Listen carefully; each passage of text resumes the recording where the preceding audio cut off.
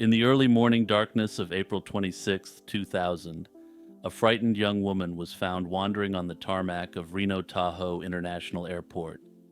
When airport security confronted her, she claimed she was searching for her younger sister who had run loose on the runway, a sister that, in reality, she didn't have.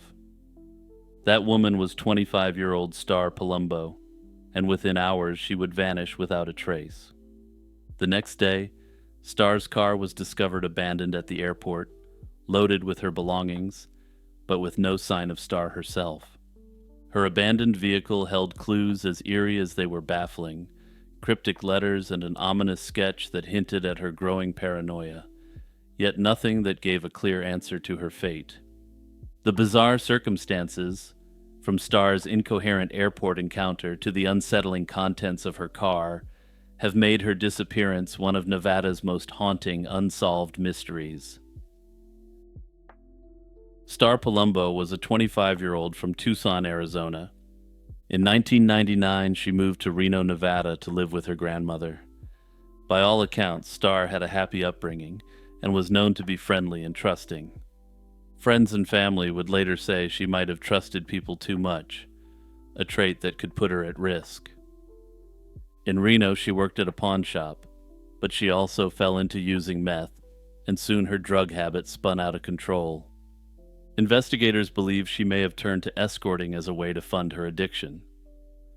Despite these troubles, Star stayed in touch with her family, and she spoke to her mother regularly on the phone. But on April 25th, 2000, the day before she vanished, Star sounded unusually anxious and paranoid. She told her mother that she thought someone was following her and that her phone was tapped. She even talked about coming home to Tucson to start over. It was the last time her family ever heard from her. Just hours after that distressing phone call, Star's strange behavior came to a head. Shortly after midnight on April 26th, an airport police officer found Star trespassing in a restricted area of the Reno airport. She was disoriented, cowering behind a truck on the tarmac. When questioned, Star claimed she was looking for a younger sister who had run onto the runway, even though Star didn't have a sister in real life. Recognizing that she was not well but had committed no serious crime, the officer decided not to arrest her. Instead, he gave Star a ride to the nearby Reno Hilton Hotel so she could safely spend the rest of the night. Unfortunately, this act of leniency by the cop would be the worst thing that could have happened to Star. The Reno Hilton Hotel was the last place Star was seen. The officer dropped her off there around 1:30 that morning, and a valet reportedly saw her near the entrance shortly afterward. However, Star never checked into the Hilton or any other hotel that night, and after that brief sighting by the valet, she vanished without a trace.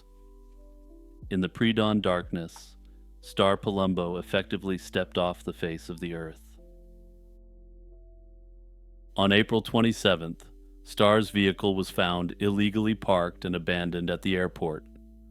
The car, registered in her name, was packed with her personal possessions, including her purse with $600 cash inside and her cell phone. These are items she almost certainly would have taken with her if she were leaving intentionally. Even more disturbing were the other things police discovered in the car. There were printed copies of 3 emails Star had sent to the White House claiming the federal government was after her. There was also a hand-drawn sketch of a woman resembling Star in a compromising position, and 2 books about how to change one's identity. To investigators, the contents of Star's car read like something out of a thriller, an unnerving mix of paranoia and possible plans for a getaway. Star never returned to claim her car or any of the items inside it. These clues painted a picture of a young woman in an extremely fearful state of mind, and possibly preparing to flee from a danger which she perceived to be real. Investigators were left to wonder whether Star had suffered a breakdown and become lost, or if someone she feared had caught up with her. Either way, the items left behind only deepened the mystery instead of solving it. They showed that Starr was deeply afraid of something or someone, whether it was a genuine danger or a figment of her imagination. After Starr disappeared, her parents put up flyers and alerted the media around Reno in hopes of finding her. For months, there were no leads, and then, 8 months later, a startling tip emerged. In December 2000, the owner of the Silver Dollar Casino in Elko, Nevada, reported that a frightened young woman matching Starr's description had come into her bar one night. This distressed woman said her name was Starr and claimed she was trying to escape from a pimp. At one point, she noticed a man peering through the window as if looking for her, which caused her to panic and flee the casino with another woman before police could arrive. Authorities investigated this report, but couldn't confirm if the woman in Elko was really Starr Palumbo. If it was her, it suggests Starr was on the run from dangerous people after she went missing. If not, then her trail truly went cold in Reno. Aside from that one unconfirmed incident, no other trace of Starr has ever surfaced. Over the years, several theories have emerged to explain her fate. Investigators generally focus on two broad possibilities: that she had a drug-fueled mental breakdown, or that she met with foul play. One theory is that Starr experienced a severe psychotic break due to her substance use and mounting paranoia, which may have been overlaid upon pre-existing mental health issues. In this scenario, she might have wandered off in a confused state and succumbed to the elements or an accident, with her remains never found. The bizarre behavior she exhibited at the airport, hallucinating about a non-existent sister, supports the idea that she was not in her right mind that night. It's possible she could have ended up far from Reno, unidentified and living transiently due to her impaired mental state. However, after so many years with no confirmed sightings or contact, this outcome is considered less likely. The other leading theory is that someone harmed Starr. Given her involvement with street pharmaceuticals, and given the fact she was likely working in a dangerous position, she was living a high-risk lifestyle that could have led to violence. No official suspects have ever been named in her case, but perhaps she crossed the wrong person. Maybe a drug dealer she owed money, or a pimp she tried to leave. One rumor even suggested that Starr overdosed, and acquaintances hid her body in the desert to avoid trouble, though no evidence backs up that story. The potential Elko sighting adds weight to the foul play angle. If that truly was Starr claiming a pimp was after her, it implies she might have been captured or trafficked by dangerous individuals. She could have been forced into working in this seedy industry and then slain when she attempted to escape. Unfortunately, without concrete evidence, all of this remains speculation. Some have also wondered if Starr deliberately disappeared to start a new life under a different identity.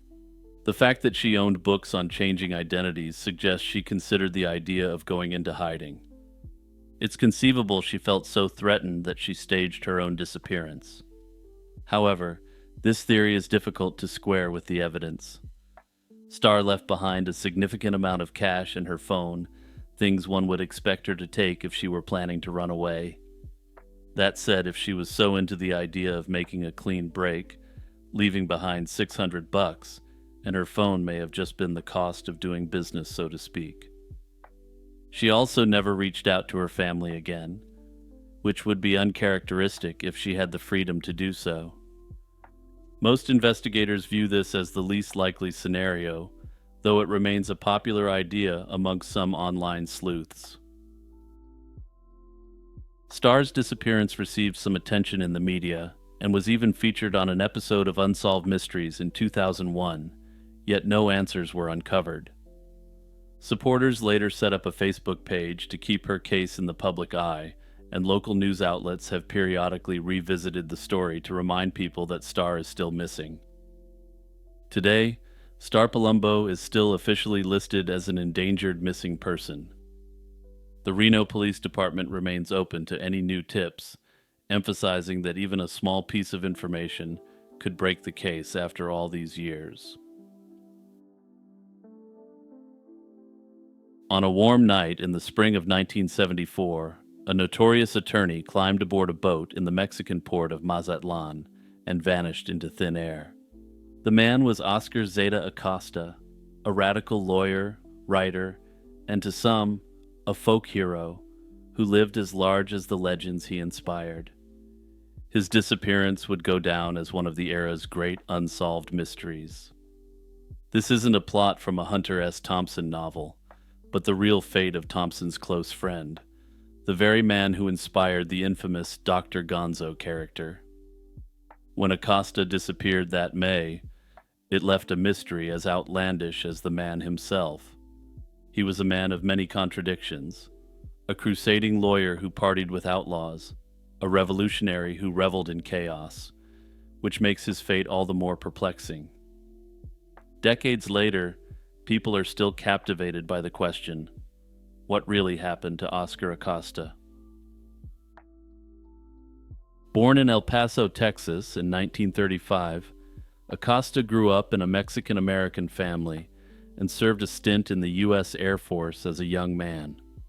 He then put himself through college and law school, becoming the first in his family to earn a degree before embarking on what could only be described as an unconventional legal career. In the late 1960s and early 1970s, he fought tirelessly for Mexican-American rights as a young lawyer in East Los Angeles. He quickly gained notoriety for defending the voiceless and clashing with authorities in the streets and in court. He became known for unorthodox courtroom tactics. At one point, he even subpoenaed an entire county grand jury to prove bias against Mexican Americans. Acosta's disregard for legal decorum was legendary. He once strode into court barefoot, insisting his casual attire was appropriate for the courtroom. His booming personality both inspired his community and unnerved the establishment. By all accounts, he seemed to have little fear of consequences. Thompson even noted that Acosta carried a conviction that he would die young, which only fueled his audacity. In 1970, Acosta ran for Los Angeles County Sheriff on a radical platform. He lost that race, but not before earning over 100,000 protest votes. Acosta also achieved a form of pop culture immortality through his friendship with gonzo journalist Hunter S. Thompson. The two shared outrageous escapades, most famously a drug-fueled trip to Las Vegas that Thompson later immortalized in Fear and Loathing in Las Vegas. In that book, Acosta appears thinly disguised as the character Dr. Gonzo, a chaotic 300-pound Samoan attorney. Acosta resented being fictionalized this way and initially threatened to sue Thompson over the portrayal. He settled, agreeing not to sue if Random House put a photo of him and Thompson on the book's back cover and gave Acosta a 2-book deal of his own. This memorable portrayal made Acosta notorious in counterculture lore, even if it exaggerated and obscured the real man behind the alias. By early 1974, Acosta's life was careening on the edge. He had published his second book by that point, but was increasingly consumed by a cocktail of drugs. Perhaps seeking a new thrill or escape, he headed to Mexico that spring, a trip from which he never returned. In May 1974, at age 39, he traveled to Mazatlan, Mexico, and promptly vanished under really bizarre circumstances. His last known contact was a phone call to his son, in which he cryptically said he was about to board a boat full of white snow, likely meaning a vessel loaded with Colombian confetti. What happened after that call remains a mystery. Acosta never returned from the trip, and no trace of him was ever found. His stunned family and friends could do little but notify authorities and hope for news. Mexican police had few leads, and the case quickly went cold. For a man who had thumbed his nose at danger, the idea that he could simply disappear overnight was almost unbelievable, and yet that is exactly what happened. Over the years, rumors swirled, and no one was really sure if Oscar was alive or dead. Finally, in December 1986, a California court declared him legally deceased in absentia.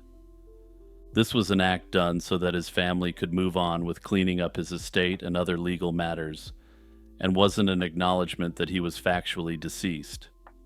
In essence, it was a bureaucratic formality that provided no real answers, and the question of his fate remains unanswered to this day.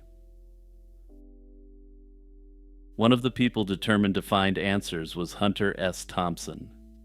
In 1977, Thompson penned an investigative story for Rolling Stone titled "The Banshee Screams for Buffalo Meat," a gonzo obituary of his missing friend. Based on his digging and gut instincts, Thompson floated two chief possibilities. Either Acosta was slain by drug dealers during that Mexican trip, or he was the victim of a politically motivated hit. The first theory is bolstered by Acosta's own ominous last phone call and the risky drug scene he was very apparently mixed up in. Even Acosta's son Marco believed his father probably angered someone dangerous and got himself slain in a fight on that boat full of contraband. Acosta wasn't a guy who was known for his calm and cool demeanor, nor was he one to stand down for virtually anything.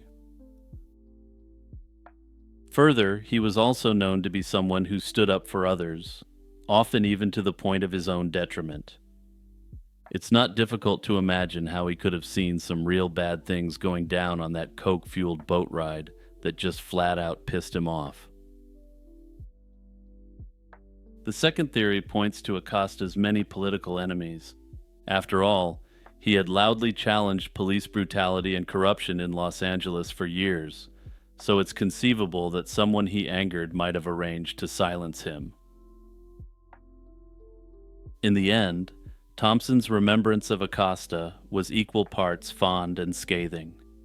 He described his friend as a virtually paradoxical person. On the one hand, he was a brilliant genius who wasn't afraid of anything, and on the other hand, he was a flat-out crazy troublemaker. In fact, Oscar Zeta Acosta is in essence a textbook example of a chaotic good sort of person. These sort of people act in accordance to their conscience and values, but reject rules, laws, and institutions they see as oppressive or corrupt. That fits Acosta to a T, and he frequently clashed with judges, law enforcement, and even his allies and friends, showing disdain for convention. In essence, he was a disruptive force for justice, and either of the scenarios proposed by Hunter S. Thompson are indicative of how his personality may have gotten him eliminated. Other explanations have been proposed as well. Perhaps Acosta fell victim to his own excesses. He could have overdosed and wandered off into the wilderness to die. Or perhaps he OD'd on the boat and was just tossed over, never to be seen again.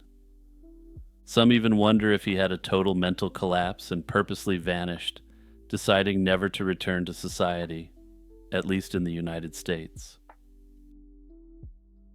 With no physical evidence or remains, we may never know for sure what happened to Oscar Zeta Acosta, but if foul play was involved, it was effectively covered up. Hey everyone, it's Jimmy here, and if you're a regular, you know that I'm going to ask you to click that like button, subscribe, and hit the notification bell. This is the best way to help out my channel in the algorithm, and it ensures that I'll continue to produce content for years to come. Also, don't forget to check out my podcast, Lazy Chill True Crime, by searching wherever you get your podcasts. There's content from this channel, my Solved True Crime channel, and even some bonus stuff you're not going to hear or see anywhere else. In the blistering heat of the Central Australian desert, a man lies dying in a remote cave. Harold Lassiter is starving, his eyes blinded by sand and sun, scratching final lines into his diary. He had claimed to have found a fortune in gold, a motherlode so rich it could make a nation wealthy. Yet in his last agonizing hours, he would have traded that entire bounty for a single loaf of bread and a cup of water. This is the tragic and tantalizing tale of Lassiter's Reef, a mystery that has haunted the Australian outback for nearly a century. Lassiter's Reef is perhaps Australia's most famous lost treasure legend. The story has all the ingredients of an epic: an outback drifter's claim of an impossibly rich gold deposit, a grand expedition into uncharted desert, and a desperate final journey that cost a man his life. Harold Lassiter perished in 1931 without ever proving his golden find, but his story did not die with him. Instead, the legend of a hidden reef of gold took on a life of its own, luring fortune hunters and sparking debate for decades to come.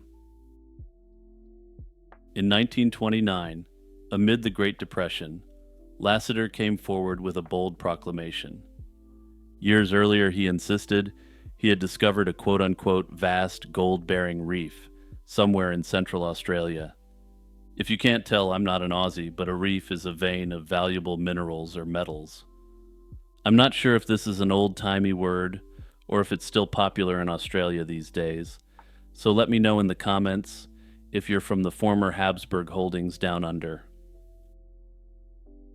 Funny story, just a quick aside, but the confusion between Austria and Australia will never not be funny to me. Years ago, I had a very bizarre dream that was inspired by this mix-up. Let's just say it featured a giant koala in a eucalyptus leaf dirndl, a man who looked suspiciously like the late great Steve Irwin dressed up in lederhosen, and the most surreal waltz ever. But yeah, let's get back on script. Harold wrote to a federal politician describing a huge gold deposit out in the desert, reportedly stretching for miles and incredibly rich in ore. According to this letter, he had found the site around 1911, but lacked the means to develop it at the time. Government officials were dubious, especially when they learned Lassiter had been living on a farm during the period he claimed to be prospecting, and they ultimately dismissed his story. Undeterred by this setback, Lassiter tried again in early 1930. He approached John Bailey of the Australian Workers' Union and spun his tale anew, this time claiming the discovery had actually occurred 33 years earlier, when he was just 17. In this version, Lassiter said his horses had died during a trek across the interior, and that he'd been rescued by a surveyor named Harding, who let him in on a wee golden secret. Such inconsistencies in Lassiter's story raised eyebrows even then. Nevertheless, the lure of a colossal gold strike during hard times proved irresistible. By mid-1930, a syndicate of investors had agreed to fund an expedition to search for Lassiter's Reef. The expedition that set out from Alice Springs in July 1930 was lavishly equipped for its day, complete with motor vehicles and even a small airplane for aerial scouting. The team included seasoned bushman Fred Blakely as leader and Lassiter as guide, along with a handful of other men eager to find the treasure. It wasn't long before reality set in. The desert proved punishing. Trucks bogged in sand and broke down, the airplane crashed, and their radio failed, cutting off contact. As weeks passed with no trace of the gold reef, the crew's confidence in Lassiter plummeted. The guide's behavior grew peculiar. He was sullen and uncooperative, often singing hymns or writing in his diary instead of helping navigate. Eventually, expedition leader Blakely decided that Lassiter's supposed reef was a wild goose chase. Fed up, he accused Lassiter of fraud and elected to quit the search and turn back. By September 1930, the main party had abandoned the mission, effectively stranding Lassiter in the wilderness. Lassiter, however, refused to quit. Determined to find the reef on his own, he joined with a camel handler named Paul Johns and pressed onward into even more remote territory. They trekked through rugged country as Lassiter directed them based on his memory. One day, Lassiter returned to their camp jubilant, showing Johns a chunk of quartz veined with gold, proof, he claimed, that he'd rediscovered the rich reef. But he stubbornly refused to reveal the exact location, which only deepened Johns's suspicions. The two men fell into a heated argument and even came to blows. Finally, Johns, now convinced the reef was nothing but a fantasy, took the remaining camels and left Lassiter behind to fend for himself. Now completely alone with the exception of a couple of single-humped camels, Lassiter pushed onward on foot. Fate dealt one more cruel blow when his last two single-humpers bolted, carrying off most of his supplies. Stranded without food or water, he wandered the desert in dire straits until a group of nomadic Aboriginal people discovered him and shared what little they had. Their kindness kept Lassiter alive for several more weeks. During that time, according to entries later found in his diary, Lassiter claimed to have sighted the gold reef yet again, and even to have pegged a claim on it for his backers. But his physical condition was rapidly worsening, and he was nearly blind, malnourished, and unable to continue on. Harold Lassiter finally succumbed to starvation and exhaustion in late January 1931, alone in the vast emptiness of the interior. When Lassiter failed to return, his backers organized a search party. In March 1931, Bushman Bob Buck found Lassiter's remains near the border of Western Australia and the Northern Territory. Local Aboriginal people had given the dead man a rudimentary burial, laying his body in a shallow grave. This took some time for him to find, and to paraphrase Norm MacDonald, perhaps Buck could have shortened the search by hitting up all the shallow graves first. Buck duly reinterred Lassiter's remains, and later had them moved to a cemetery in Alice Springs. Nearby, Buck found a cave containing Lassiter's personal effects, including his journal and some letters. From these, the final pieces of the story emerged in Lassiter's own words. He described the camels running off, the assistance he received from indigenous companions, and his last futile trek toward civilization. Crucially, Lassiter's diary also asserted that he had indeed found the reef again, and had drawn a rough map to its location, which he hid in his kit bag under a sand dune. Years later, an expedition did dig up that buried kit bag, only to find the map inside had disintegrated to dust. With that, any final clue to the reef's location was lost to the elements.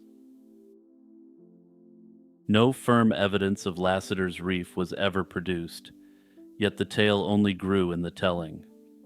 Over subsequent decades, it attained mythic status, perhaps the greatest lost mine legend in Australia. During the Depression era, the story of a hidden mountain of gold in the outback captured the public's imagination. Popular accounts of the saga made their way to print, and in these retellings the legend grew a bit each time. Some versions of the tale even claim that Lassiter didn't perish at the end, but that he actually ended up fleeing to America. In this version of events, he essentially realized the grift was up and got out, while the getting out was good. However, there's no evidence to prove this was the case, and everything seems to run against it. Harold Lassiter's life story reads more like that of a real-life Captain Ahab, rather than a grifter trying to make a buck. Despite the skeptics, the legend refuses to die, and the tantalizing possibility of a fortune in undiscovered gold continues to beckon adventurers into the desert even today. By some counts, at least a dozen full-on expeditions have tried, and failed, to locate Lassiter's reef over the years. Numerous lesser expeditions have also been carried out as well. Lassiter's own son, Bob, was among those who caught the gold bug fever.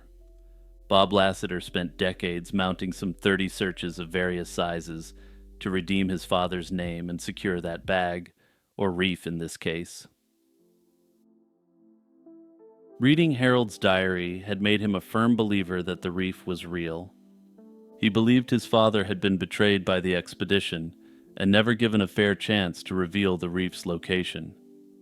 To his dying day, Bob maintained that his father had been telling the truth. The fact that his son was so dedicated to finding the reef as well has led many to believe that Harold was at worst delusional, but not a grifter like some have claimed. But to be fair, Bob Lassiter didn't acquire a case of intergenerational Captain Ahabism from dear old Dad. Rather, he's a guy who just loved his dad and wanted the world to see that his father wasn't some sort of grifter. Today, nearly a century later, the mystery of Lassiter's Reef remains unsolved and as intriguing as ever. No one has confirmed the existence of Harold Lassiter's legendary gold, yet his name is firmly etched into Australia's outback lore. The cave where Lassiter sheltered in his final days now bears a plaque in his memory, and an incredibly desolate 150-mile highway, deep in the outback, bears his name.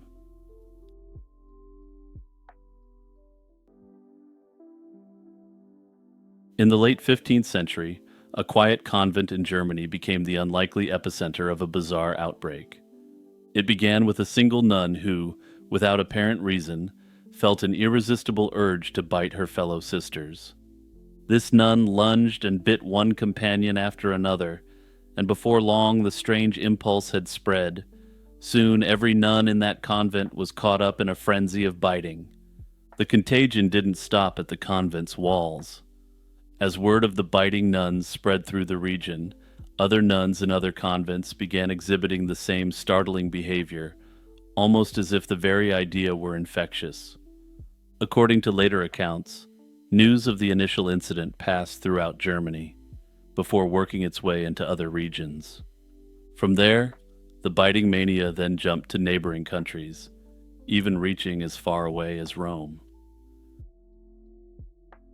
In the superstitious climate of the late Middle Ages, the immediate assumption was often supernatural. Many concluded that the nuns must have been possessed by demons or some sort of spiritual affliction. Priests reasoned that if the cause was not an obvious physical illness, it had to be the work of the devil and his minions. The convents convened special prayers and masses, imploring divine help for the afflicted sisters. When prayer alone failed to calm the biting frenzy, the church escalated to exorcisms. These formal rituals were intended to cast out evil spirits that they believed were prompting the nuns to behave like wild animals. These religious remedies, however, had no effect on the outbreak. According to much later tellings, the attempts to exorcise the so-called demons only made matters worse by intensifying the nuns' own fear. Hearing that the devil might be loose among them sent the most impressionable sisters into panic, so that they too felt the urge to bite. In essence, the very belief that they were bewitched helped the contagion spread even faster. With exorcisms failing and the biting epidemic only growing, the secular authorities decided to intervene with more direct measures. Local officials and physicians were called in to stop the madness before it spread further. They abandoned any supernatural explanation and addressed the situation in the most literal way possible. The nuns were firmly told that there was nothing demonic happening, and that the compulsion to bite was not a curse, but a figment of their own imagination. What could have caused such an outbreak in the first place? With the benefit of hindsight, modern scholars classify the biting nuns episode as a classic case of mass hysteria, or what today might be termed mass psychogenic illness. In essence, this means there was no physical pathogen. It was a psychological phenomenon in which mental stress and suggestion led to real physical actions. Mass hysterias tend to occur in places where tightly bound groups of people live under pressure, and medieval convents fit the bill exactly. At that time, Many young women were forced by their families to enter convent life. Once inside, they had to endure an austere existence that demanded constant obedience, poverty, and long hours of labor and study. These nuns lived cloistered from the world in what were essentially communal, high-stress conditions, not of their own choosing. It's not hard to imagine the psychological strain this could create on these women. Frustrations and fears would build up in such an environment, even if unspoken. We know today that such pent-up stress can sometimes find unusual outlets. In the terminology of modern psychology, the nuns may have been experiencing a conversion disorder. This is when an emotional or psychological conflict is unconsciously converted into unusual physical behavior, in this case, compulsive biting. But here, there's also the element of mass psychogenic illness, indicating that this spread throughout these very tight-knit and isolated communities. Notably, in an interesting twist, there is a further mystery associated with the biting nuns that isn't often discussed. It's very possible the story of the biting nuns was exaggerated or even invented. There's no solid contemporary evidence, no surviving convent records, and most accounts come from much later writers who summarize sources that are now lost to us. That said, the main source which is cited for the biting nuns case is Justus Hecker, a highly respected 19th century German physician.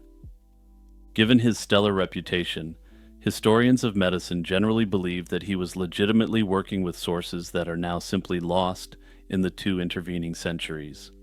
On a warm Sunday in July 2001, just 3 weeks before her planned wedding, 28-year-old Nikki McCown dropped off the face of the earth and has never been seen again. Earlier that day, she had attended church with her fiancé and 9-year-old daughter and was working through her list of wedding errands. That afternoon, Nikki headed out alone to do laundry, a routine chore on an ordinary day.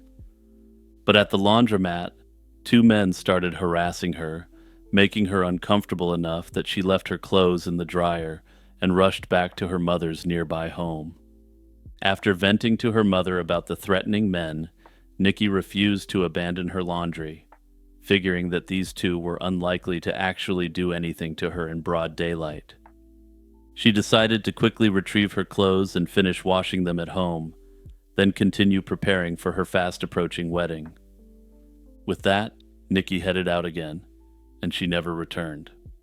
Her sudden disappearance left her large, tight-knit family in shock and her community grasping for answers. How could a beloved mother, daughter, and bride-to-be simply vanish in broad daylight?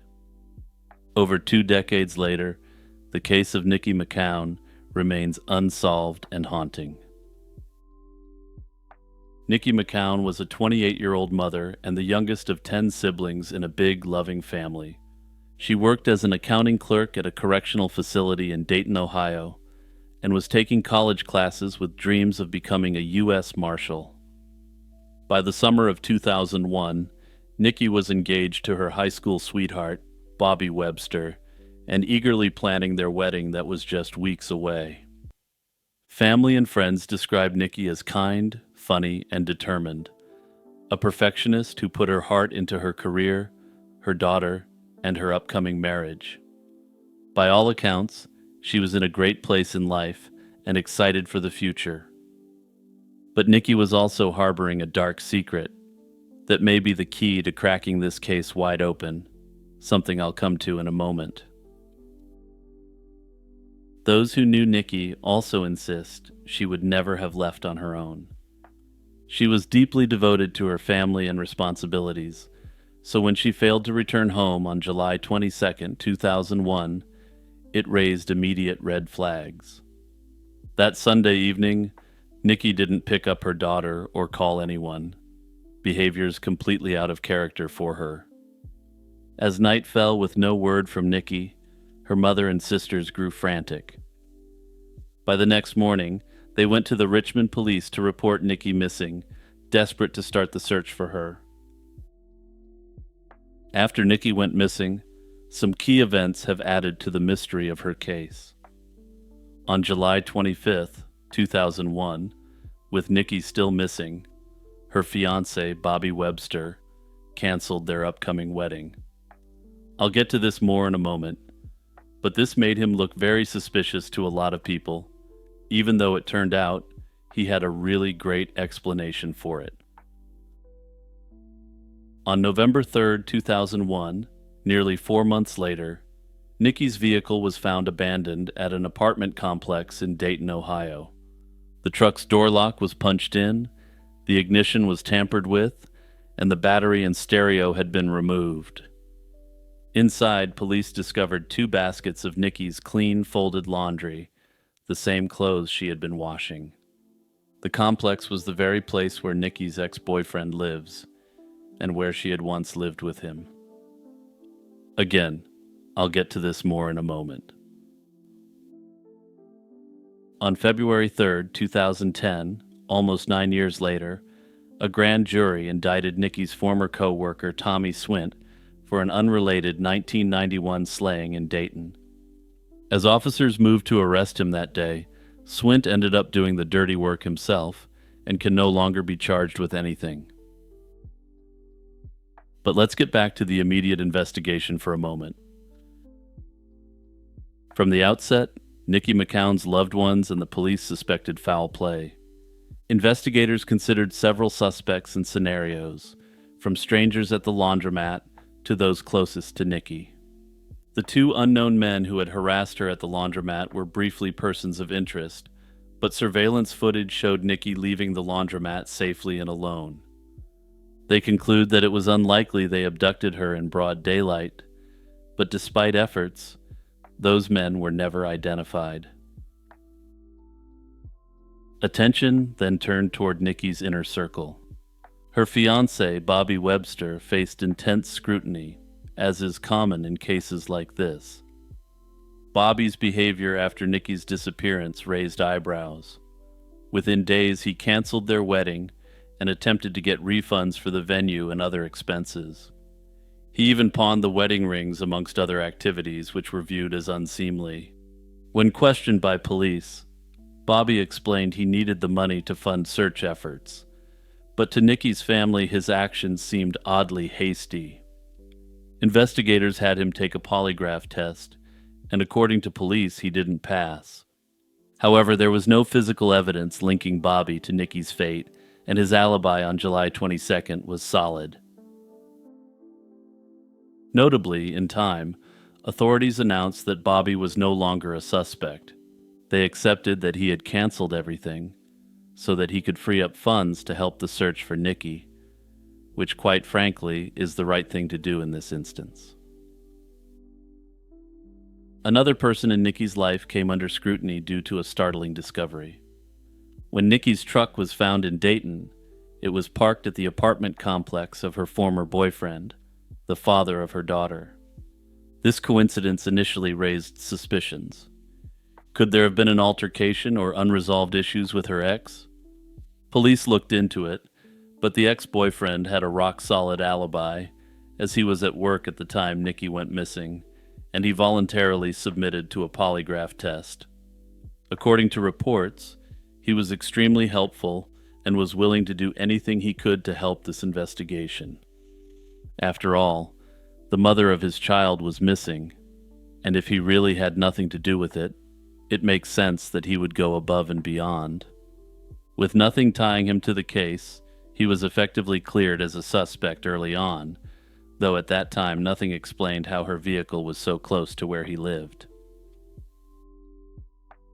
The investigation reached a turning point when a secret love triangle came to light. Months into the case, Nikki's sister revealed that Nikki had been seeing a co-worker named Tommy Swint on the side. This was a huge development. Bobby had been unaware of the relationship, and it introduced a new potential motive and suspect. Tommy Swint was a former corrections officer who worked with Nikki at the prison. In fact, Swint had been quietly considered a person of interest since shortly after Nikki vanished, but now the evidence of an actual affair gave more weight to that suspicion.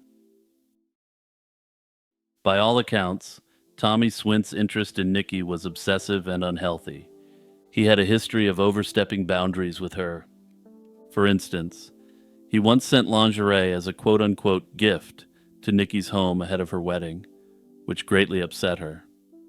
On another occasion, one of Nikki's sisters found Swint at Nikki's house uninvited, and it appeared he might have been trying to assault Nikki, though he played it off as a joke. These incidents were alarming in hindsight and suggested that Swint was dangerously fixated on her. Detectives digging into Swint learned more troubling facts. Swint lived in the Dayton area, not far from where Nikki's truck was recovered. It also came to light that on the day she went missing, Nikki had phoned a co-worker in Dayton about a beauty product, possibly indicating plans to visit a store there. This fueled a theory that Nikki might have driven to Dayton willingly, perhaps to meet someone or run an errand, and then encountered foul play. Swint, being in that area and eager to see her, could have arranged to meet her under fairly innocent pretenses. As the years went by, Tommy Swint remained a key suspect, but always just out of reach. Disturbingly, in 2007, he even became a police officer in a nearby Ohio town, concealing his connection to Nikki's case. He resigned once the department learned about it, since he failed to disclose that he was a suspect in an ongoing disappearance investigation. Then, in 2010, a breakthrough in an unrelated cold case put Swint in the spotlight again. DNA evidence linked him to the unsolved 1991 slaying of a woman in Dayton, leading to an indictment. But before police could arrest him, Swint decided he was boned and just flat out blasted himself. With his death, authorities lost the chance to get answers directly from him. To this day, police publicly consider Tommy Swint the prime suspect in Nikki McCown's disappearance, but no charges can ever be filed. Over time, several explanations have been put forward for Nikki McCown's disappearance. The most prominent theory centers on Tommy Swint, of course, since he was a predator who was heavily fixated on her. Many in law enforcement and Nikki's family suspect that Swint lured Nikki to Dayton under false pretenses and harmed her, possibly as an act of jealousy or revenge. The evidence is largely circumstantial but compelling. Swint's obsessive behavior toward Nikki, the location of her abandoned vehicle, and the fact that he later turned out to be a violent offender are all factors in favor of the Swint theory. It's theorized that he may have left Nikki's vehicle at her ex-boyfriend's apartment complex to throw off investigators. It's believed that Swint was familiar with where the ex-boyfriend lived, given that Nikki would have to drop her kid off at the apartment at various times. Tommy Swint was believed to be in the habit of stalking Nikki, so it seems highly unlikely he wouldn't have known this location. Unfortunately, if Swint was indeed responsible, his death in 2010 means he took any secrets about Nikki's fate to his grave. Another theory considered early in the case was that Nikki's fiancé might have been involved. Bobby's supposedly unusual actions in the aftermath fueled speculation that he might know more than he let on. However, no concrete evidence ever linked Bobby to the disappearance. Those close to Nikki have mixed feelings.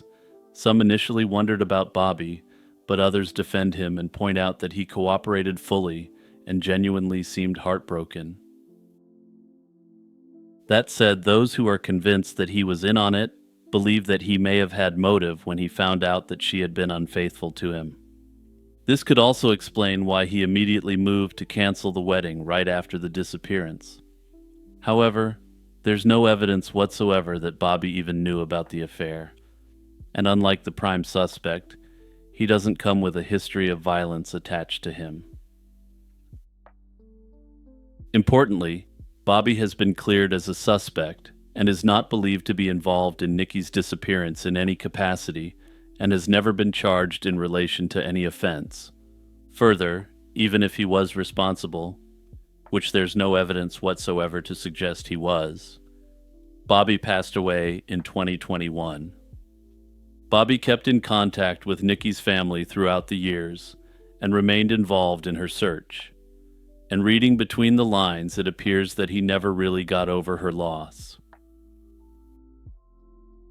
There is also the possibility that Nikki fell victim to a stranger's violence, perhaps even those unidentified men who harassed her at the laundromat. Yet given that she left the laundromat safely, and there were no signs of a struggle at that location, this scenario has no clear supporting evidence. It remains an unsettling unknown. That said, it's a very odd coincidence that the harassment incident happened right before she disappeared. As of today, Nikki McCown remains missing, and her case is classified as an unsolved disappearance and a likely slaying. Her family has never stopped searching for answers, with billboards regularly going up asking for information on her whereabouts and prayer vigils to raise awareness.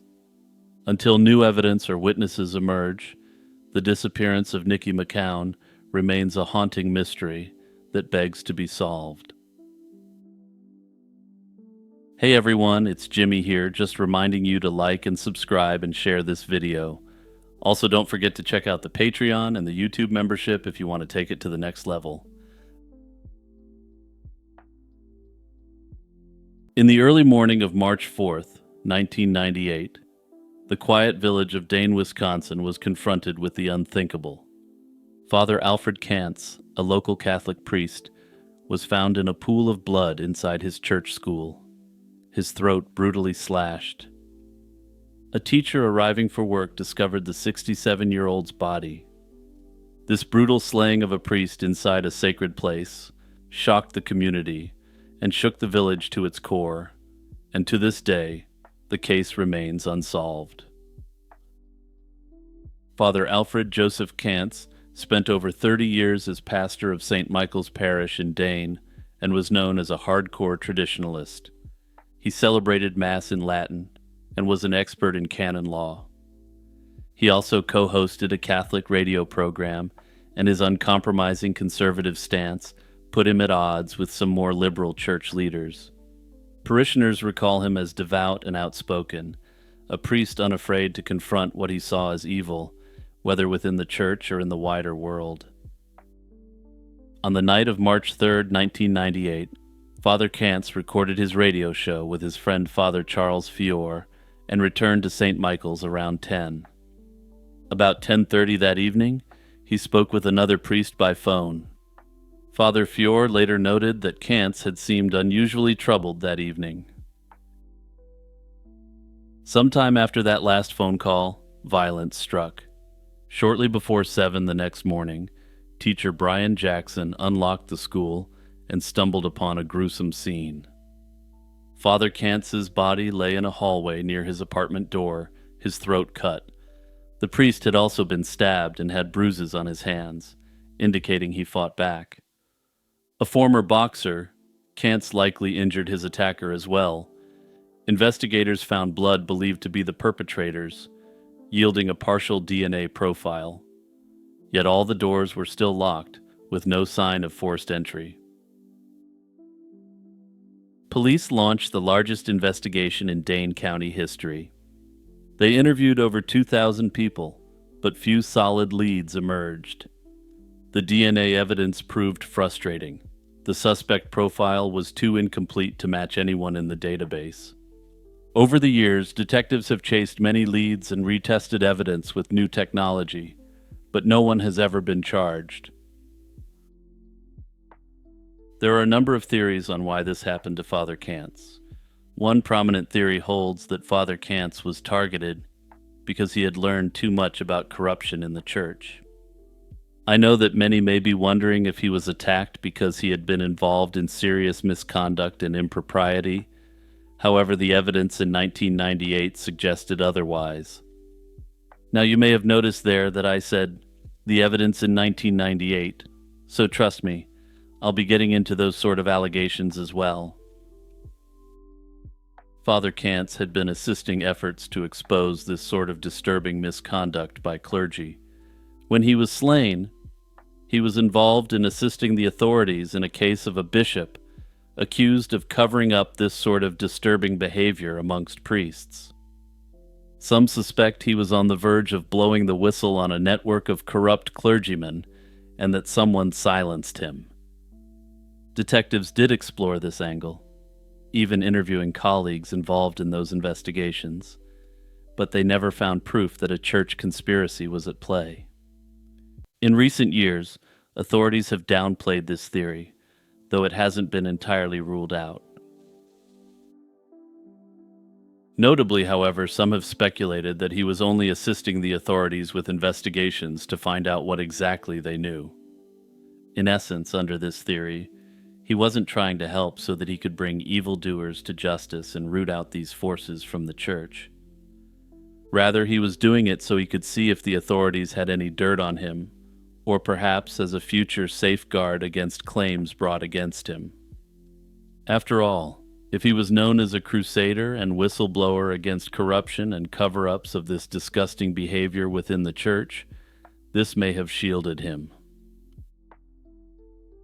This theory was entirely speculative until 2023, when someone did come forward with allegations against Father Kantz. Whether these allegations are true or not isn't clear, and the authorities have noted that he was the parish priest in the area for 30 years. Notably, the priests who took part in this chilling activity tended to be moved around by church authorities to help cover up the sick crimes. As such, they tended to have short tenures wherever they went, so Father Kantz doesn't fit the typical profile of one of these priests. However, all that said, there are numerous cases of priests who did serve in one area for a long period of time who were indeed guilty of these heinous offenses. Another theory centers on a sinister otherworldly possibility, a satanic or occult motive. Father Kantz was friends with Malachi Martin, a famous exorcist who speculated that the slaying might have been a Luciferian attack, essentially a ritual slaying by a satanic cult. This gained traction when a mutilated calf was found on a farm near Dane just days before the attack, sparking rumors of an animal sacrifice in advance of the deed. However, investigators found no hard evidence of occult activity. The sheriff noted that Kantz's throat was cut to one side and that his body showed no other signs of ritual desecration. In short, the satanic theory grabbed lots of headlines but remains unsubstantiated. Closer to home, investigators considered personal motives. Early suspicion fell on Brian Jackson, the teacher who found the body, simply because those closest to a victim are often scrutinized. Jackson cooperated fully and was never charged, and later DNA tests confirmed the blood did not match him. Detectives also wondered if Father Kantz had angered someone in his community. He was a strict old-school priest and had made some unpopular decisions in his parish. Rumors swirled that he'd become much too close to a married woman in the congregation, provoking a jealous husband. In fact, investigators later found out that Father Kantz had been engaging in relationships with multiple married women within the congregation. Yet another angle is a burglary gone wrong. In the weeks around the attack, a rash of church break-ins was plaguing the region. Perhaps a thief entered St. Michael's at night, expecting to steal valuables, and was confronted by the priest. Kantz was known to sometimes leave collection money unsecured for days, which could have tempted an intruder. Police did investigate a couple of suspects, with histories of stealing from churches, but those leads fizzled out, and the individuals were cleared. Still, detectives consider it plausible that the slaying happened during an attempted robbery, and they have kept the interrupted burglary theory on the table. It's also important to reiterate that Alfred Kantz was a boxing priest, which a quick Google search tells me isn't as uncommon as you'd think. Anyway, basically, he's the sort of priest who may not have turned the other cheek if someone attempted a robbery. He may have attempted to go a bit more Old Testament on a robber and paid dearly for it. After 25 years, Father Alfred Kantz's slaying remains one of Wisconsin's most notorious unsolved cases, a cold case that continues to frustrate investigators. From whispers of cult involvement and church cover-ups to personal grudges and a botched burglary, every theory has been explored, yet every lead has hit a dead end. Detectives still hope that someday new evidence or a confession will finally bring the truth to light. Now, if you're a regular viewer or listener of my channel, you may be able to guess what I'm going to say next. This is clearly a case that could be solved with genetic genealogy, and given the high-profile nature of the case, I'm somewhat surprised this avenue hasn't been investigated yet. Well, I should say it hasn't been publicly announced the authorities are trying this, and this may be because they fear the perpetrator will flee the country. In May 2016, 19-year-old Logan Schindelman sent a cryptic message to a friend saying he wasn't sure he would survive the week. Days later, his black Chrysler Sebring was found abandoned along Interstate 5 in Washington, with his wallet, phone, and even snacks still inside. Logan himself had vanished without a trace. The strange circumstances of his disappearance baffled investigators and left his family desperate for answers. Logan was born and raised in Tumwater, Washington, by his grandmother Ginny. A popular student and talented football player in high school, he was known for his humor and friendly nature. Being Arab, Caucasian, and black, however, sometimes left Logan feeling out of place. A racial incident toward the end of high school upset him greatly and led him to cut off contact with several friends. After graduating in 2014, he attended Washington State University for 1 year, but his grades slipped and he dropped out, moving back home with his grandmother. By 2016, Logan was working odd jobs and trying to figure out his future. Family members noticed he had become more withdrawn and anxious, and he expressed unease about his sister Chloe's live-in boyfriend. In the weeks before he vanished, Logan's grandmother feared his frequent smoking of the street cabbage was making him paranoid. He was a young man at a crossroads, uncertain about his identity and direction, which makes his sudden disappearance all the more perplexing. On the morning of May 19, 2016, Logan told his grandmother he had an epiphany about his life and would be going away for the weekend. Ginny had to leave for work, so their conversation was cut short. When she returned home that evening, Logan and his car were gone. At first, Ginny assumed Logan might be visiting his mother in Olympia, but by May 22nd, when no one had heard from him, her worry turned to alarm. Before contacting the police, she drove around town and called Logan's friends, but found no sign of him.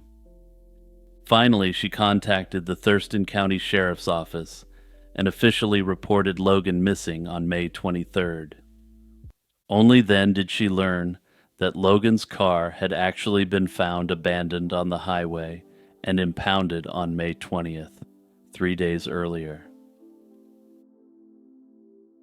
That afternoon on May 20th, multiple drivers on Interstate 5 had called 911 to report a black convertible drifting across lanes near milepost 92, south of Tumwater. The empty car coasted across 3 lanes and bumped against the median barrier. One truck driver told police he saw a man jump out of the passenger side of the rolling vehicle and run into the surrounding woods.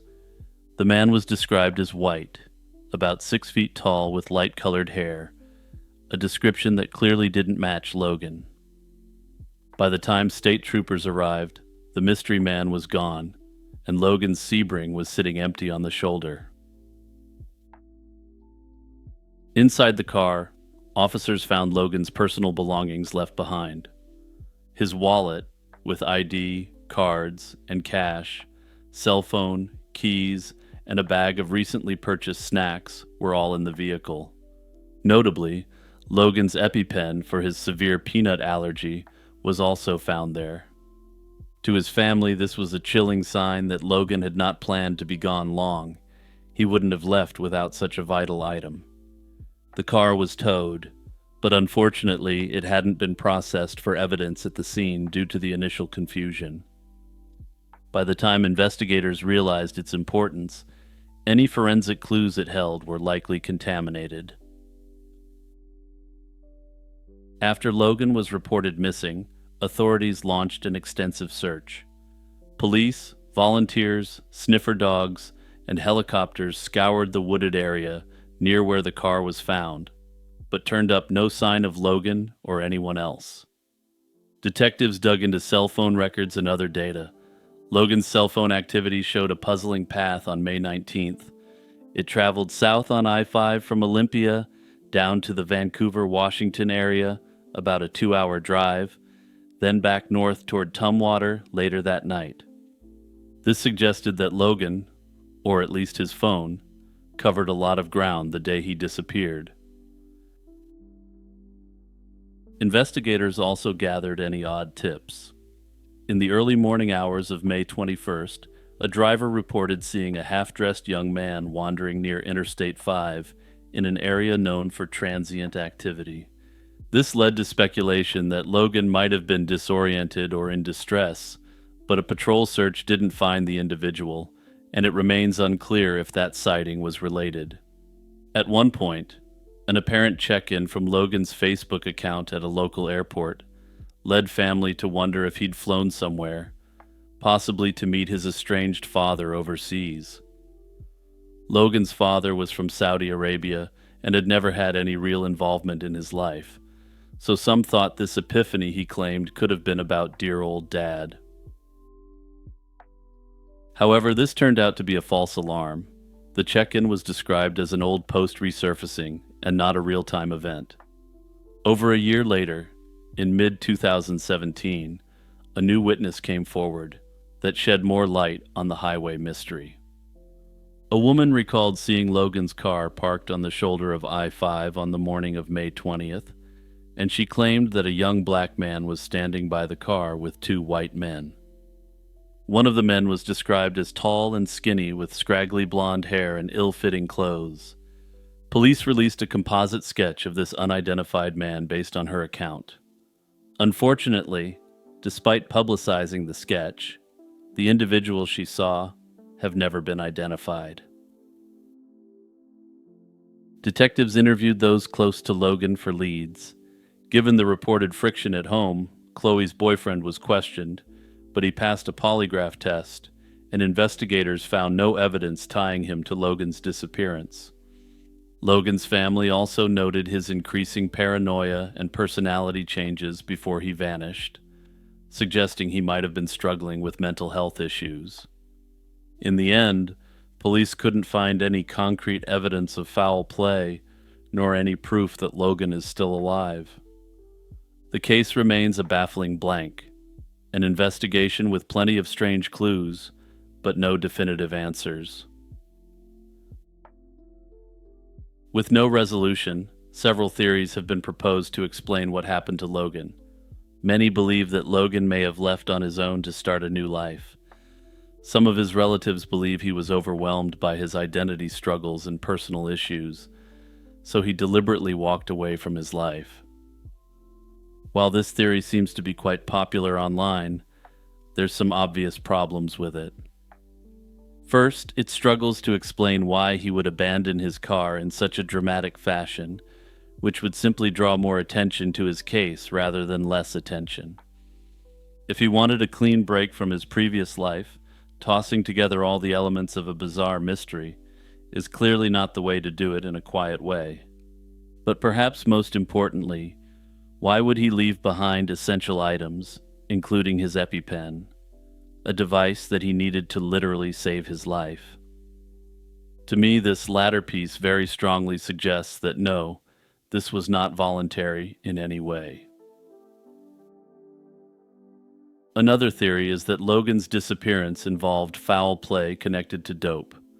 Although he was only known to use pot, Some speculate that on May 19th or 20th, he might have gotten mixed up with dangerous people. Those who knew Logan, however, doubt he would have gotten involved with harder stuff. It's also been posited that he could have had an accidental overdose and that others disposed of him in a panic. Again, though, it's important to remember that this is extremely speculative since he was only known to smoke weed. Perhaps the most common idea, though, is that Logan suffered something from within. Logan could have experienced a mental health crisis or psychotic break that led him to behave erratically and disappear. His family observed that he had been paranoid and not acting like himself shortly before he went missing. Under this scenario, Logan might have wandered off into the wilderness while acting under a delusional framework. The Pacific Northwest is full of vast, thickly forested areas that are simply not possible to fully search, so the fact that intensive searches failed to find him doesn't rule this out. Others have added that his age is roughly when people tend to experience their first psychotic episode, if they're going to experience one in their life. Further yet, his overusage of the grass during this period could have exacerbated his underlying problems. Given the tensions at home, some in Logan's family have wondered if an altercation with his half-sister's boyfriend could have escalated into violence on the day he disappeared. In this theory, the highway incident might have been staged to cover up what really happened to Logan elsewhere. Others have speculated that the two men seen with Logan may have been friends of the boyfriend.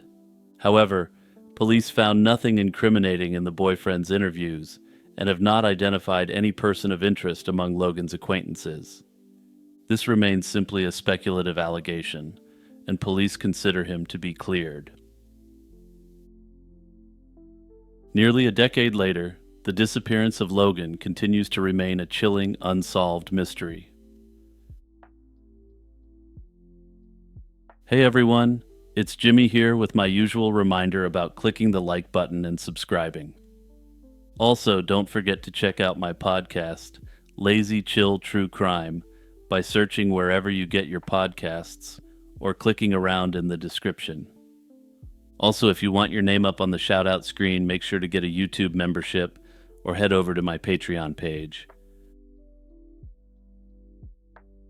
It began as a quiet day in a Barcelona suburb, the kind where children play in the shadow of a whimsical dinosaur statue. In Santa Coloma de Gramenet, just outside Barcelona, a father and his young son were out enjoying the afternoon when a foul odor stopped them in their tracks. It seemed to be coming from a large papier-mâché stegosaurus that had long stood near an old cinema. Curious and concerned, the father peered through a small gap in the dinosaur's hollow leg. What he saw inside made him recoil in horror. There appeared to be a human body wedged deep within the dinosaur. In that surreal moment, a family outing turned into a scene from a nightmare, the discovery of a corpse in an unlikely tomb. Police and emergency crews rushed to the scene, unsure what to expect from this grotesque find. The statue, once a cheerful advertisement for a now-defunct movie theater, was quickly cordoned off as a potential crime scene. The figure inside was indeed a man, contorted unnaturally in the belly and leg of the dinosaur. At first, he was an unidentified John Doe, his story as hidden as his body had been. Everyone wanted to know who this unfortunate soul inside the Stegosaurus was and why he had ended up there. Soon, fragments of the man's identity and background began to emerge.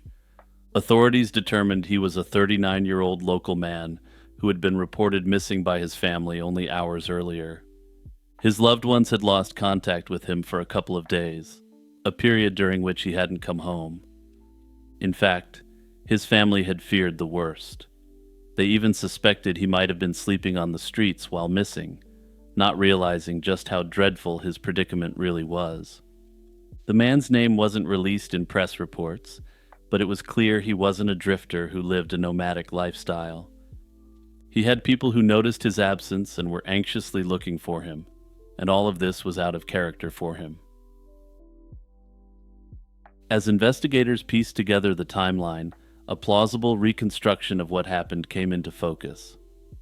In the quiet pre-dawn hours of Saturday, May 22nd, 2021, security cameras near the old cinema captured a lone figure approaching the dinosaur statue. The man found a way inside the massive Stegosaurus through a removable panel or hatch located on the creature's belly. It wasn't easy. The opening was awkwardly placed, and the man was of a very husky build, so he had to exert serious effort to squeeze himself into the Stegosaurus. The question of why he climbed inside the dinosaur became top of mind for investigators. We may never know for certain, but police developed a theory. They suspect that he initially looked in to investigate the inside of the creature when his cell phone fell into the interior of the Stegosaurus. In a fateful decision, he apparently wriggled headfirst into the statue's chamber and down into one of its hind legs, reaching for the phone. The narrow leg interior, which reportedly narrows to just 15 inches in width, became a deadly trap. The man slid in upside down and became stuck, unable to claw his way back out of the steep, confined tunnel he had entered. It was a perfect storm of misfortune.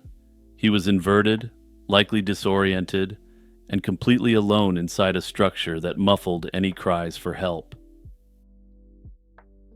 Tragically, what followed was a slow and horrific demise. Investigators would later conclude from the autopsy that the man died from positional asphyxia.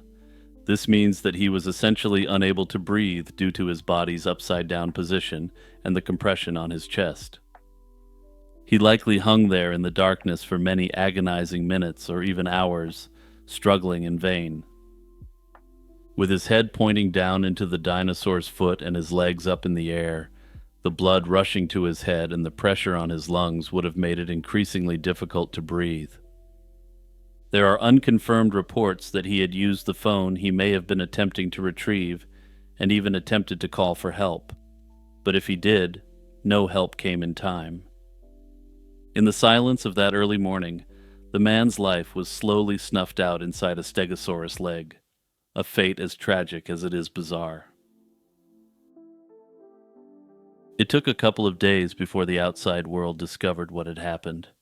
By Saturday afternoon, the man's body had begun to decompose, producing the telltale odor that caught the attention of the father and son by the statue.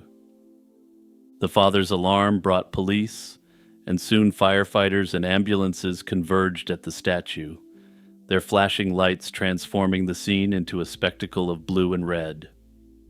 Responders realized they faced a unique challenge. The body was wedged deep in the dinosaur's hind limb, unreachable by normal means. Firefighters first attempted to extract the corpse by accessing the statue from the top or back. When their efforts failed, they resorted to power saws. In a dramatic operation, the crew sawed open the statue's leg, cutting through the papier-mâché and internal metal supports to create an opening. Onlookers watched in morbid fascination and dread as pieces of the dinosaur were pried away. Eventually, the firefighters carefully pulled the lifeless body from the Stegosaurus with the help of a crane, since the victim was reportedly large and difficult to move. The investigation that followed sought to answer the burning question: how exactly did this man end up inside the statue, and was anyone to blame? Police quickly announced that they found no signs of foul play or external trauma on the body. The aftermath of the incident saw a mix of shock, sorrow, and morbid fascination in both the local community and the wider public. Once the man's body was removed and the investigation concluded, the Stegosaurus statue itself was taken down and hauled away to a municipal warehouse. For some residents of Santa Coloma, the dinosaur had been a quirky landmark. Now it felt tainted by tragedy. Bouquets of flowers were left by mourners at the base of the statue's remains, a spontaneous memorial to a life lost in such a confounding manner. The story also leapt from local news to international headlines, captivating readers around the world who were astonished by the grisly discovery and its nearly cinematic strangeness. Social media buzzed with people asking, "How on earth does something like this happen?" It's the kind of story that sounds like an urban legend, a man trapped inside a dinosaur. Except this really occurred, in 2021, in a modern city park. With the case essentially solved as an accident, the mystery was laid to rest in the eyes of most. However, some have questioned whether the police theory that the man was attempting to fish out a phone was simply a way to close out the investigation. After all, this theory seems to be entirely based upon speculation and no hard evidence. It's been questioned whether the man was perhaps fleeing from someone, which is why he sought refuge inside the Stegosaurus. Since the case has been closed, the truth is unlikely to be known with any certainty. A young doctor vanished from her New York City home on the eve of a national tragedy, leaving behind a personal tragedy while the nation mourned. On the night of September 10th, 2001, Dr. Sneha Phillip was captured on a department store security camera near her Lower Manhattan apartment. This was the last confirmed glimpse of her alive. The next day, chaos engulfed the city, and Sneha never returned home. Nearly 25 years later, we're no closer to solving the mystery of this missing 31-year-old physician with a bright future ahead. Sneha was a 31-year-old Indian-American physician living in New York City with her husband, Dr. Ron Lieberman. Born in Kerala, India, and raised in New York, Sneha was known for her intelligence, creativity, and vibrant personality.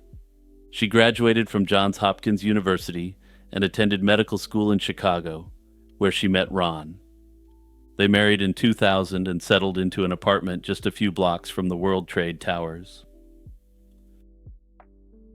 Professionally, Dr. Phillip was in the midst of her medical training, working as a resident at St. Vincent's Hospital in 2001. However, her life was not without troubles. Earlier that year, she had been let go from a prior residency at Cabrini Medical Center amid allegations of attendance problems and alcohol-related issues.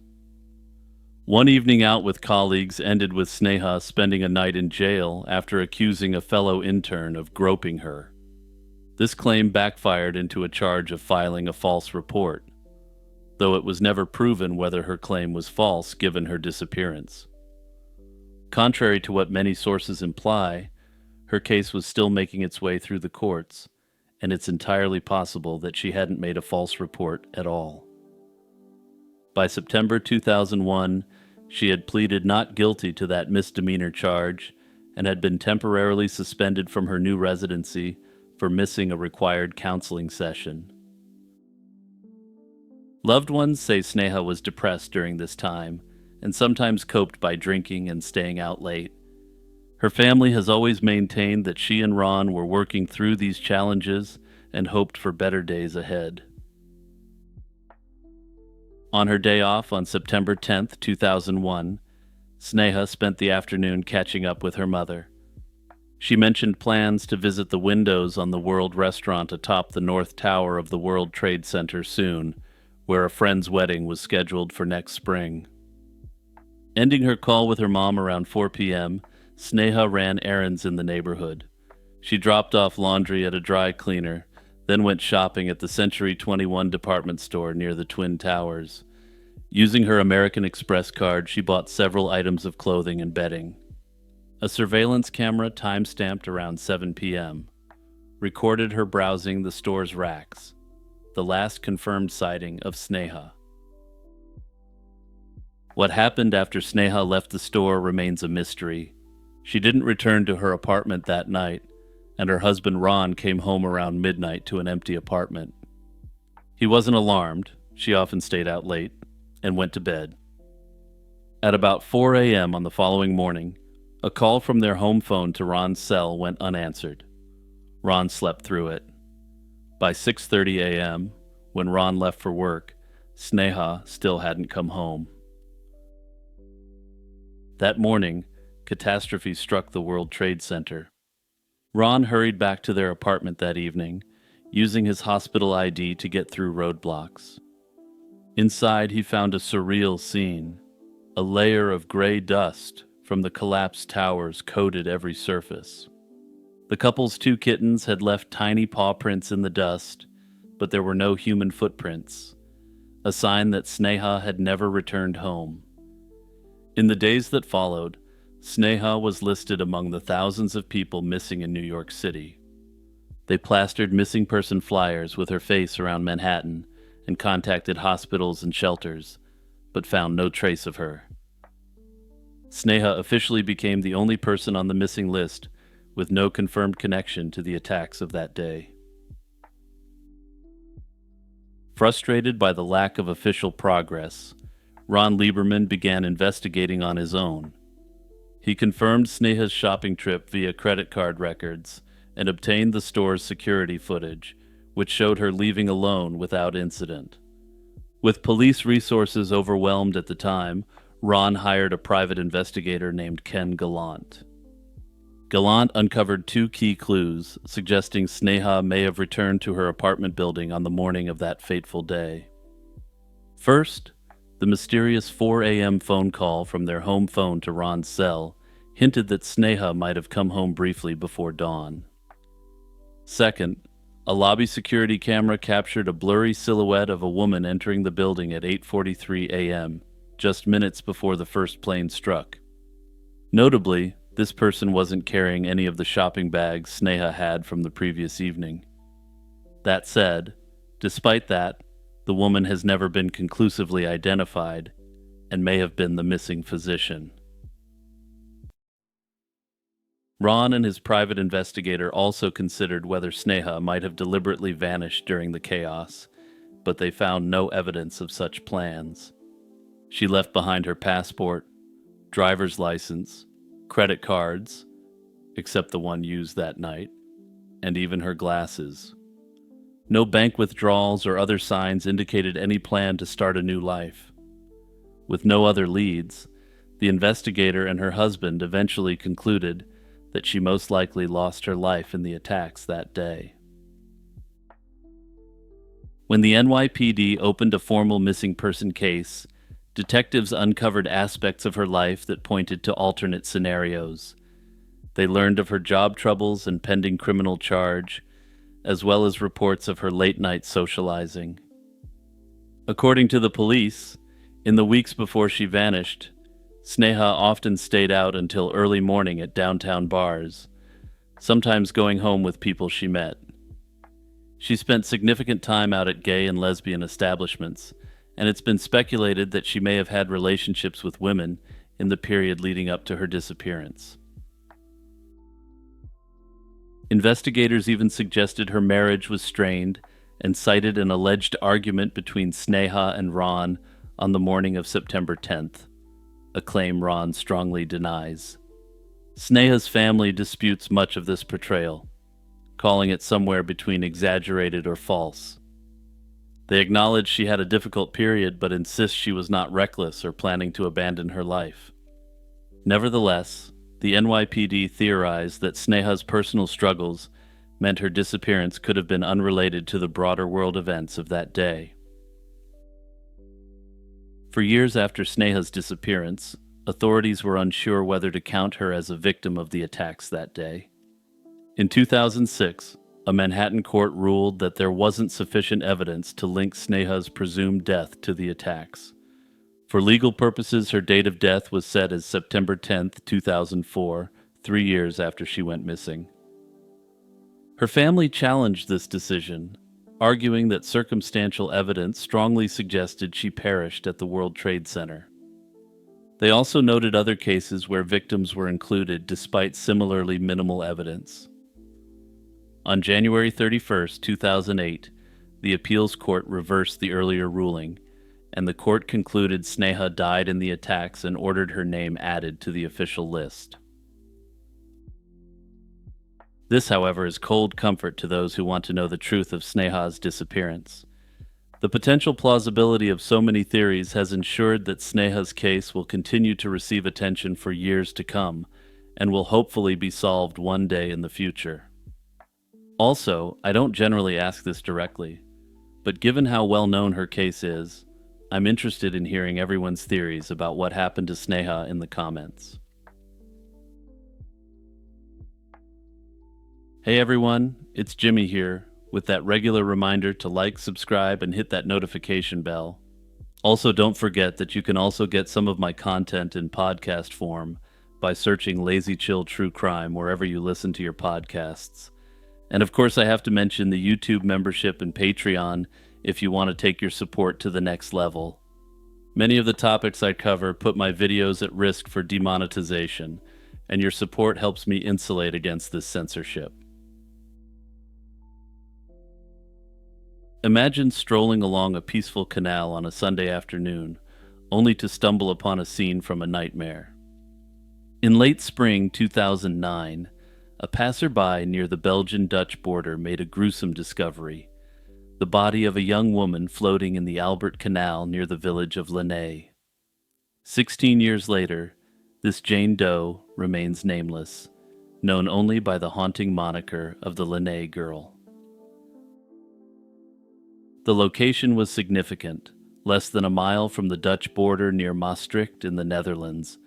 The proximity to another country would soon complicate the investigation. But first responders focused on the immediate facts. The victim was a female, estimated to be in her mid-teens to early 20s. The state of the body made it instantly clear this was no accident. She had been brutally attacked and slain. While I don't usually get too deep into the details of what happened to the victim, it's necessary to do so here, as you'll see when I'm discussing theories of the case. Her legs were bound with rope and her throat had been cut, and she had sustained multiple stab wounds. In a grim effort to conceal the crime, the killer had weighed down the body with a pair of heavy dumbbells, likely hoping she would sink out of sight in the canal's depths. Despite these efforts, the canal eventually gave up its secret. Authorities believe her remains had been in the water for anywhere from 1 to 5 weeks before surfacing, meaning she could have been slain well before that late May day. Local Belgian police from the Francophone region of Wallonia took charge of the case. Because the body was found in French-speaking territory, initial media coverage was largely in French, and the case got little attention in the neighboring Netherlands. Additionally, there was little news coverage in the Flemish-speaking part of Belgium, or in Germany or Luxembourg. This gap in publicity may have hindered early efforts to identify the victim or find witnesses, especially if the young woman was from the Dutch side or another country entirely. Nonetheless, investigators began piecing together what scant evidence the crime scene provided. The autopsy and forensic examination yielded several critical clues. She stood about 5 feet 4 inches tall and had an athletic build, weighing roughly 115 pounds. Her hair was medium-length blonde or light brown, and her complexion was fair. Her teeth were in good condition, suggesting she had access to dental care and maintained a well-put-together appearance, including a set of expensive nails. Both ears were pierced, indicating she likely wore earrings in life. Perhaps most intriguingly, the medical examiner noted 2 surgical scars on the body, one about 10 centimeters long on her right wrist, and another on her lower abdomen. Such details could potentially match medical records, or be recognized by someone who knew a girl who had these surgeries, but no matches have surfaced yet. Right away, forensic investigators also searched for any signs of indecent assault or substances. Those results have not been made public, but the absence of clothing itself was telling. One of the biggest breakthroughs in the investigation came from forensic isotope analysis and other advanced techniques that were applied to the victim's remains. These analyses examine traces of certain chemicals in teeth, bones, or hair that can reveal geological clues about where a person lived. The results were striking, though not totally unexpected. Investigators determined that the Linné girl had spent her childhood in Eastern Europe. She had then lived in the Benelux region for several years leading up to her death. In other words, this young woman likely originated from Eastern Europe, perhaps one of the countries of the former Soviet bloc or nearby. Sometime in her teenage years, she moved west to the area of Belgium, the Netherlands, or a neighboring country such as Germany. This could have been with family, as a migrant or student, or perhaps in the company of people who didn't have her best interests at heart. Unfortunately, despite this insight, her identity remains unknown in both regions. No missing person report in Belgium or the Netherlands fit her description, and reaching into Eastern Europe for matches has so far yielded nothing conclusive. Early in the case, police pursued leads on the ground. Indeed, a witness came forward reporting something potentially crucial. Two unknown men were spotted near a lock on the canal shortly before the body was discovered. They were seen with a vehicle described as a tow truck, only a few hundred meters from the recovery site. Based on witness descriptions, police created composite sketches of these individuals. Both men were approximately 20 to 30 years old with dark, wavy hair. Authorities have not identified these men, but they believe they may have been involved in the crime, or at least know what happened. Despite circulating the sketches, the two men have never come forward and remain unidentified. With so many unanswered questions, a number of theories have emerged about who the Linné girl was and what chain of events led to her brutal demise. While none of these theories can be proven without further evidence, each offers a possible glimpse into the dark circumstances that might fit the known facts. One prevalent theory is that the Linné girl was caught up in a human trafficking network or some form of exploitation. Young women from Eastern Europe have unfortunately been targets for trafficking rings that bring victims to Western Europe for illicit labor. If the Jane Doe had been trafficked, it could explain why she lived in the area for years. Yet no official records or family inquiries have surfaced. She may have been kept off the grid intentionally. Traffickers also have been known to use extreme violence to prevent escape or silence their victims. The manner of her slaying suggests rage was a factor, which some have suggested seems unlikely if she were a trafficking victim.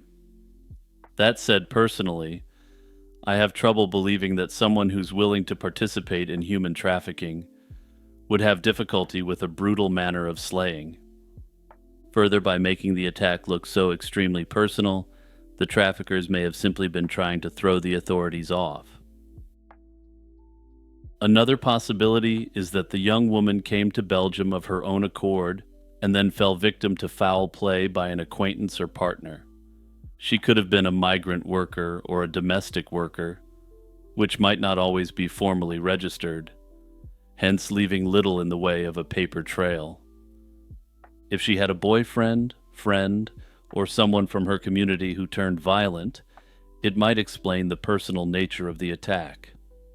Stabbing often indicates anger or personal motive, which is why some prefer this theory over the trafficking angle. Some have also speculated about the involvement of a serial offender or random attacker, though this theory is less supported by evidence.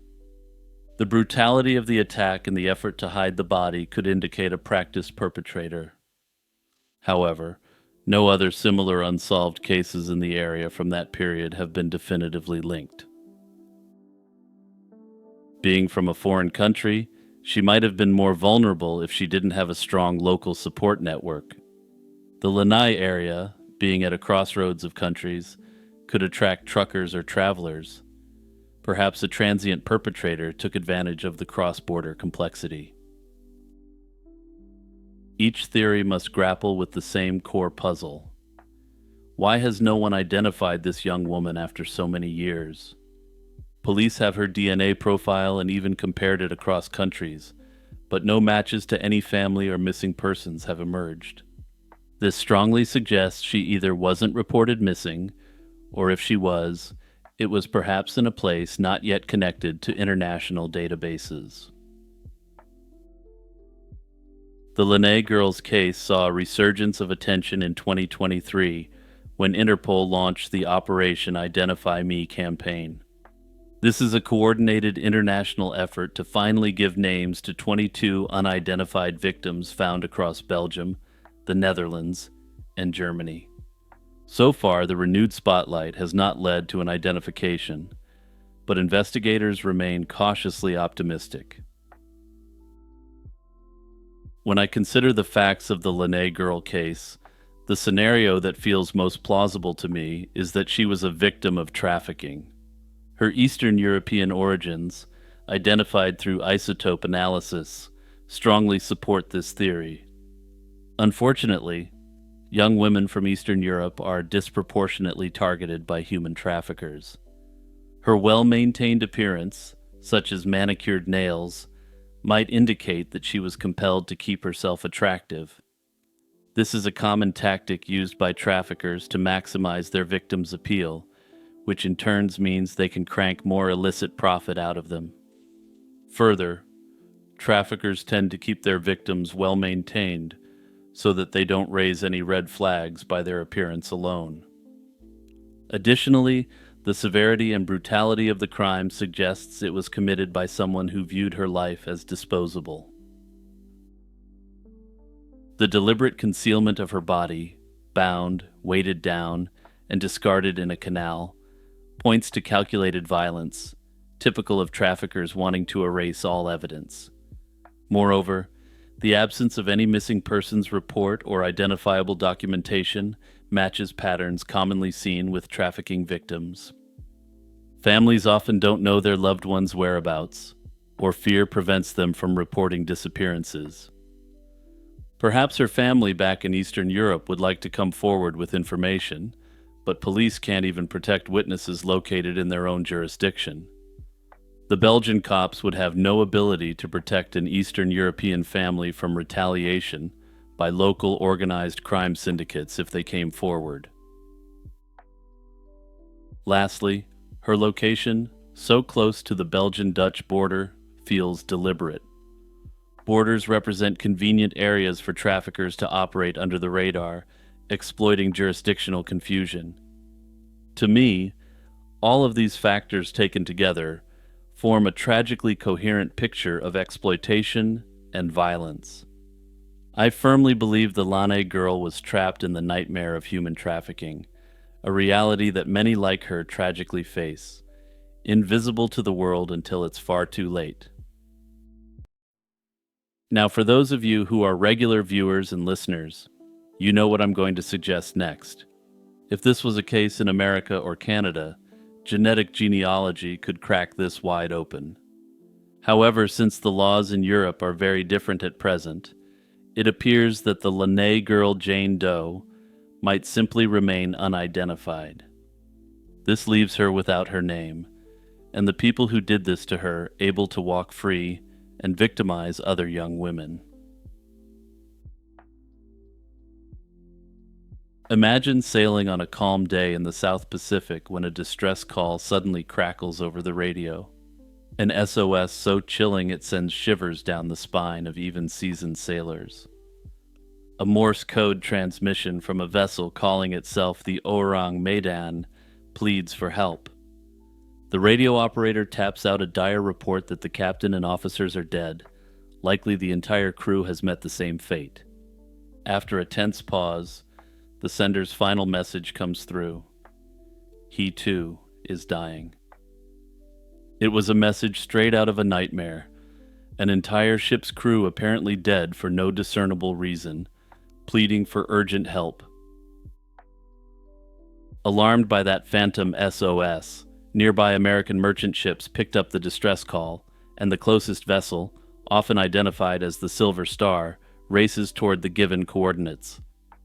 At the reported location, they find the Orang Medan adrift and eerily silent. Some of the rescuers later described feeling an unnatural chill inside the ship, despite the tropical heat outside, adding to the sense that they had stepped into a floating nightmare. When the rescue party boards the vessel, they are met with a nightmare scene. The entire crew is dead. Bodies lie scattered with no obvious wounds or injuries, yet the look on the faces of the fallen is horrifying. Eyes wide open and mouths frozen mid-scream, as if their last moments were spent in unimaginable fear. Even the ship's dog lies dead, teeth still bared as though snarling at some unseen threat. With no survivors in sight, the would-be rescuers search for answers in vain. In the radio room, they find the operator who sent the SOS, now lifeless at his station with his hand still on the Morse key. Not a single clue indicates what disaster befell the crew. It's as if death swept over everyone on board in an instant, without a sound or struggle. As the astonished team considers towing the ghost ship to port, they suddenly notice smoke seeping from below deck. A fire has broken out in the cargo hold, cutting their investigation short. The boarding party barely makes it back to the Silver Star before the Orang Medan erupts in a violent explosion. Within minutes, the fateful freighter sinks beneath the waves, carrying its dark secrets to the ocean floor. All that remains is the story, a chilling account destined to become a maritime legend. What could have killed an entire crew so swiftly without leaving a mark on their bodies? Over the decades, several explanations have been proposed, some more plausible than others. Easily, the most popular theory is that the crew was poisoned by toxic cargo. One specific version of this theory claims the ship's hold was filled with potassium cyanide and nitroglycerin. This is a combination that could produce toxic fumes and a deadly explosion if exposed to seawater. Many suspect the Orang Medan was secretly carrying dangerous chemicals, possibly leftover wartime nerve agents or other lethal substances, without proper safety measures. A leak or accidental mixture could have released poisonous gases that snuffed out the crew almost instantly. Such chemicals could also account for the sudden fire and explosion that followed, reacting violently when exposed to seawater. Another hypothesis is carbon monoxide poisoning from a malfunctioning boiler. Carbon monoxide gas is odorless and could have quietly suffocated the crew without warning, which might explain the lack of injuries. However, this theory doesn't entirely fit the evidence. It fails to explain the reports of terrified expressions on the victims' faces, or the explosive finale. A few have even floated the idea of piracy, suggesting that they boarded and used some kind of gas to disable all the occupants.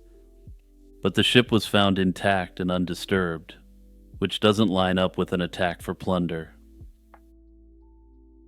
And of course, there are the paranormal speculations. Ghostly forces, vengeful spirits, even extraterrestrial involvement have all been suggested in fringe discussions. These fantastical theories have no evidence to support them. They mainly underscore just how baffling the Orang Medan mystery is. Finally, some have wondered if the entire incident was covered up. If the Orang Medan was involved in a clandestine operation, perhaps authorities deliberately wiped it from the records and hushed up any witnesses. What you may have noticed is that I didn't question the very foundation of the incident itself, which probably seems logical given how often this case is spoken about. It turns out the biggest question surrounding the Orang Medan mystery is whether any of it happened at all. In the absence of evidence, many suspect that this ghost ship never existed. For starters, no ship named Orang Medan appears in any official records. Researchers have scoured registries and shipping logs, but they've found nothing. A vessel of this size and era should have left some trace, yet there isn't a single legitimate reference to an Orang Medan outside the story itself. That glaring absence is a huge red flag, and it suggests that if a disaster did occur, The ship might have been operating under a different name or outside normal channels. Furthermore, while the rescue ship Silver Star itself was a real merchant vessel, investigators found no record in the Silver Star's logs of any such incident or rescue. If the crew of the Silver Star had truly come upon a ship full of dead men, it is unlikely they would simply sail on without reporting it. The timeline and location details are equally inconsistent, casting more doubt on the story's veracity. Most versions place the incident in the late 1940s around the crowded Strait of Malacca. However, in the earliest known report from late 1940, there was a virtually identical incident near the Solomon Islands in the South Pacific. The major difference between this earliest version is that the creepypasta-type elements were nowhere to be found. In a November 1940 news article, an unnamed merchant marine officer described receiving a strange distress signal. He then notes that he found a ship full of dead sailors before witnessing an explosion that sank the vessel.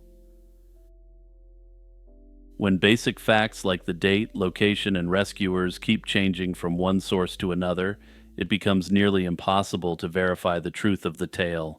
What we do know is that after 1945, the Orang Medan story gained broader circulation through a handful of publications.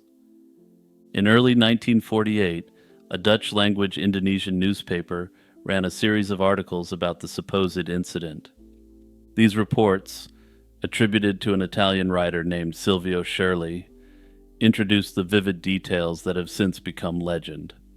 Interestingly, the final article in the series included a disclaimer admitting that the paper had no further evidence that the story was real. However, the paper did state that Silvio swore the whole thing was true, and as everyone in the world knows, when the great Silvio Shirley gives his word, you can take that to the bank. From there, the legend kept growing, and surprisingly found its way into some very official sources. Newspapers in the U.S. picked up the story later in 1948, and by 1952 it even appeared in an official Coast Guard bulletin called the Proceedings of the Merchant Marine Council. Further, a declassified CIA document references the event later in the 1950s, though doesn't comment on the veracity of what actually happened. A few books and magazines on unsolved mysteries reprinted the tale over the years and expanded upon it.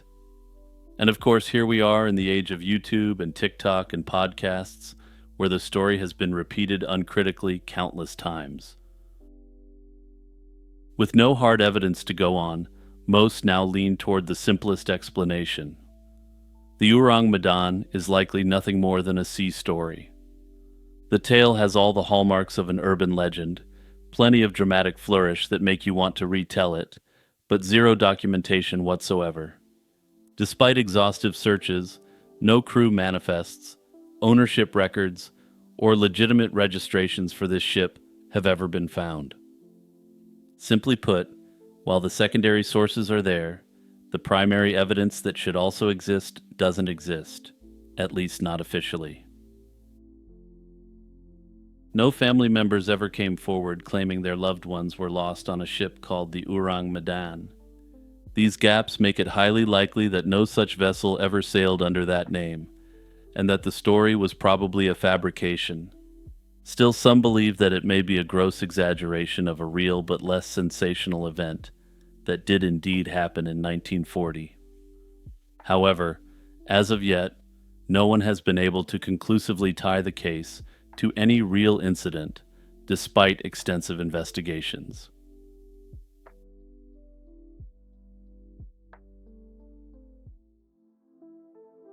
Mary Seymour entered the world at Sudley Castle on August 30th, 1548, as the only child of Dowager Queen Catherine Parr and her husband, Sir Thomas Seymour. Just 6 days after Mary's arrival, Catherine Parr died from childbirth complications. Within 6 months, Mary's father Thomas was executed for treason in March 1549. For Catherine, who had been married 4 times, most notably to King Henry VIII, Mary was her only child. The sole offspring of Henry's last queen was now an orphan in one of the most turbulent courts of the Tudor age. Mary's royal connections made her an important infant. Her mother had been a Queen of England, and her father was the brother of the late Queen Jane Seymour, making Mary a close relative of the Tudor royal family.